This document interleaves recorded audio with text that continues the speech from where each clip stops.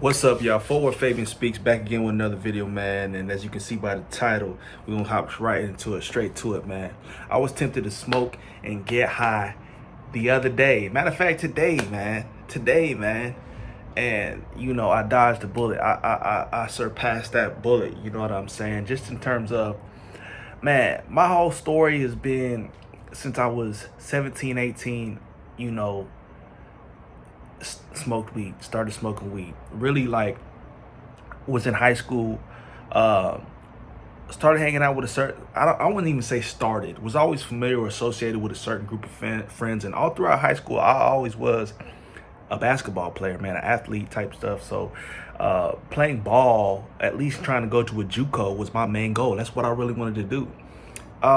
Certain complications on the team, just in terms of, we just had a bad program. I mean, we won district, so maybe I wouldn't say the program was bad, but the coach was just a funny coach. You know what I mean? There's times to where I felt really like outcasted, to times to where I knew my potential as a player, and my coach wouldn't really give me minutes. And through my frustration, I just quit the team, and it's something I really regret. But during that time, I think weed played into that as well. But after I quit, I started smoking even more heavily. So I had got introduced prior. I would go to practices high. I could tell that it was affecting my gameplay. But being in high school, man, my mind was so like thinking that everything's so optimistic, man. It doesn't matter. You got it in the bag anyway, that I didn't really realize the full effect till later, man. I think that if I had gone into my junior, senior year clean slate, my potential, kind of the skill set and things I was doing on the court would only have skyrocketed, right? But anyways, started smoking after I quit, kind of consuming at a high rate, man. And that lasted for years. There was never a definitive point in time to where I really put it down. Went to a university, graduated, spent some time overseas, and that's probably the longest time to where I stopped smoking, because when I was overseas, I have family in Europe. When I was spending time with family in Europe, I didn't have no connect or a plug or somebody I could just go to. So it made me halt in the sense of didn't have a network to be able to reach out to be able to obtain it. So the maximum amount of time, and I'm talking about over a decade, right, smoking and stuff like that, was 3 months, man. 3 months. I was just purely addicted to it. And a lot of folks say, man, weed's not something you get addicted to. I think people kind of brush it under the rug and cut it, or like undertake it in a sense, because it's not what is it, a class A or like class C? I forgot the classes, but it's not a drug that is like top tier in the sense of, man, it can really ruin your life. You hear about functioning addicts, you hear about functioning alcoholics. That was the drug for me. Like, I was able to do things, I was able to continuously flourish in certain lights. And maybe flourish is, I don't know if that's the right term. Maybe in my perception, I was flourishing, but I don't think that, if we take away weed for all these years that I was doing, I'd be in a different place. But it all ties into my testimony. So I don't sit here and, oh man, I wasted so many years and, just cry about it, man, because God has always been with me. God knew what trials and tribulations I would face, and I believe he's still using it to this day to advance his kingdom, right? For me, to get me to speak on it, to be a living testimony to other people, to talk about it and kind of share my story. So smoking it all the time, man, And it isn't, and I'm talking about like after work. Before work, I was getting high. Just when I came home from work, and there was a certain specific time to where I was kind of in a rut, right? And I kind of used it to kind of escape. But additionally, man, I have another channel currently that I do. I don't really do too many reactions on it now, but man, I grew it up to like 48,000 subs, and I used that as like a tool to get me to pump out more videos, right? Because I didn't really think too much. I could smoke, just knock out reactions, right? Smoke, knock out reactions. And the output was great, but the thing I was missing was the Lord in all my work, man. I was idolizing the weed, essentially using it, not realizing or not really leaning on God to be my compass, my direction, my energizer. You know what I mean? Like, there's rest that we need in our day-to-day, and there's things we need to take into account. Like, we don't need to be blind or we don't need to be numb to feelings, emotions. Like, we need to rest. We need to feel certain things, because I think the nature of feeling provides a certain depth and a relatability that you can't always get by numbing the pain. Sometimes you got to face that hardship, get through it, and then you can speak on certain things to a different gravity while simultaneously helping other people, man. And I didn't realize that. I just used it as a tool to just pump out, and I was very in like a zombie like state, right? People would say like they love my content on the other channel, but I think like in a clear mindset and really tapping into who you are, that's to where you really are showing yourself, man. I was kind of in this haze, although my workload, hey, I was working. I was putting in a lot of work, man. In that channel, about over 3,000 videos. So, but the effort put in for the results didn't really match up. So that's how I knew that it's like me just kind of like punching a punching bag, but not getting any type of repertoire or strength or advancement from the training or the work that I'm putting in, if I could put it in a sense like that, man. So it got to a point to where I knew I was idolizing it, right? Times where I do the wake and bake, you know what I mean? And it just didn't get me anywhere.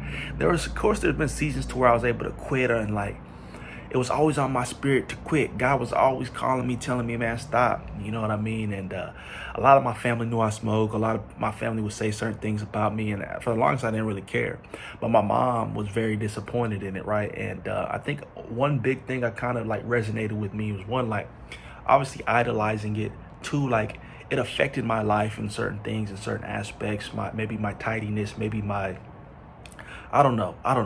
I wouldn't say sharpness, because like I said, I was still functioning. I was still able to get to work on time, do my job, stuff like that. But I think it was affecting a lot of things in the spirit realm that I was unaware of. I think I was exposed to a lot of spiritual attacks in a lot of senses. Heightened sex drive, doing a lot of things on the side that, aren't godly. They're not of God. And if you could assume, then you would know. But with that being said, not honoring my parents, right? My mom didn't like me doing it, and I was still doing it anyway. So I think all those things kind of contribute into a sense of, if you know you're a child of God, there's rules and order to certain things, certain principles and morals to live by. You can't expect to be a child of God and be in his family and go against the grain and think that things will still work out. That's not how it goes, man. Sometimes you got to get things in order. And I thought that through just grace and mercy naturally, and just hard work ethic, sowing and thinking that I would eventually reap, that it wouldn't matter. I could do it anyway. And it didn't work out that way, man. But more recently, I got on a specific path to where I've just been able to let it go, man. And it's like a renewal. I can feel that I'm refreshed. I can feel that I'm clean. Now, does that mean that temptation goes away? No, not necessarily, especially when you've been doing something for close to 20 years. You know what I'm saying? If you got a natural habit and you've been doing something for that long, bro, it's always going to be the little guy on the shoulder. Hey, that smells good. You smell that odor? And being that I'm in an area now to where that's legal, essentially, it's even tougher. You know what I'm saying? In the sense that it's everywhere. I step outside, I can smell it. They now have dispensaries that deliver. You know what I'm saying? The temptation is there. But I believe I was called to this place knowing that I could exert my faith in the ground covered in me, pretty much learning and knowing that it's not something that I want to partake in any longer, right? So with that being said, my testimony, man, is just that, like, I believe that if it's on your spirit to stop, God's telling you to stop. You know what I mean? You're probably getting closer to that time or that period to where you want to stop anyway. But the muscle memory is always going to have you continuously do these things. It's not going to go away, but you got to stay strong, man. You got to pray over these things. And yeah, like I'm saying, in totality, I more recently just been in a season to where I'm very, very isolated. And a lot of times, sure, there was a pleasure I got out of it, but a lot of times throughout my life, I've been alone. And, like, a lot of people be like, man, Aunt Mary Jane, man, that's the only girl I need. That was kind of like my advice and my thing that would allow me to not feel alone. It would allow me to continue to focus on my craft and the work I was doing. It made things more fun. Like, I've always been a wild dude, and the alternative wasn't the best in terms of like alcohol or marijuana. Alcohol and drinking and driving, and I always thought, man, if I could stay home and just light one up, that's better than hitting the bar, going out with the guys, getting lit, not Ubering, and trying to make it home. You know what I'm saying? Trying to put people in danger, put myself in danger, putting myself out there to where I could get in trouble with the law, right? The smarter thing is to stay home and light one up, man. You're safer indoors anyway. And it just caused a lot of other problems in my life. There's the financial issues. There's the binge eating. Me, I was always eating and stuff like that. Oh, the DoorDash, you know what I'm saying? So it was affecting other parts of my life as well. So I just got to the point to where I knew I had to completely walk in letting it go, because my spirit was already there, but my flesh was pretty much being combative. So I say this to say that you can do it. I know a lot of you out there are already in your spirit's there, and your headspace is gradually getting there to where you want your physical to follow, right? And all things are possible, man. God's gonna use your trials and tribulations as a testimony like he is for me. And at the same time, I'm a big believer that everything that happens in your life is for a specific reason. He didn't take you through it just so that you could have a story of I smoked weed. Nah, a lot of that is gonna be used to your testimony. It's gonna be used to mold your life and your path, because everybody's difficulties do that. You know, God's very strategic. Even through your weakness, he's made strong. So with that being said, man, you got to think like that and understand there's a season for everything. There's a time to let things go. You know, once you were thinking you was a boy, you thought as a boy does. When you become a man, you think manly thoughts. You got to grow up at that, you know, and that's where I am now. Now, is the feeling and the temptation go away just in the, no, it's still there. And I may slip and fall, but I don't even like to, that's the reality of the world we live in. But don't even coax yourself into speaking these things. The tongue has power. Words have power. Proclaim that you're going to be clean. Proclaim that you put this away. Proclaim that you have a new future ahead. Proclaim that was your past. But the understanding, the wisdom comes with the understanding that the temptation will always be there. It's always going to be there. But you're stronger than that. You're better than that. You're more versatile than that. You know what I mean? And God's always going to provide a way out. So, yeah, I wanted to be real. And I think that's the direction I'm going to go with a lot of the content and videos on this channel, to be transparent. Because relatability and the situations we go through, there's people out there that can relate to them. You know, a lot of people want to put a facade on like, no, man, I quit it, man. I never even thought about doing it again. That's not a reality, man.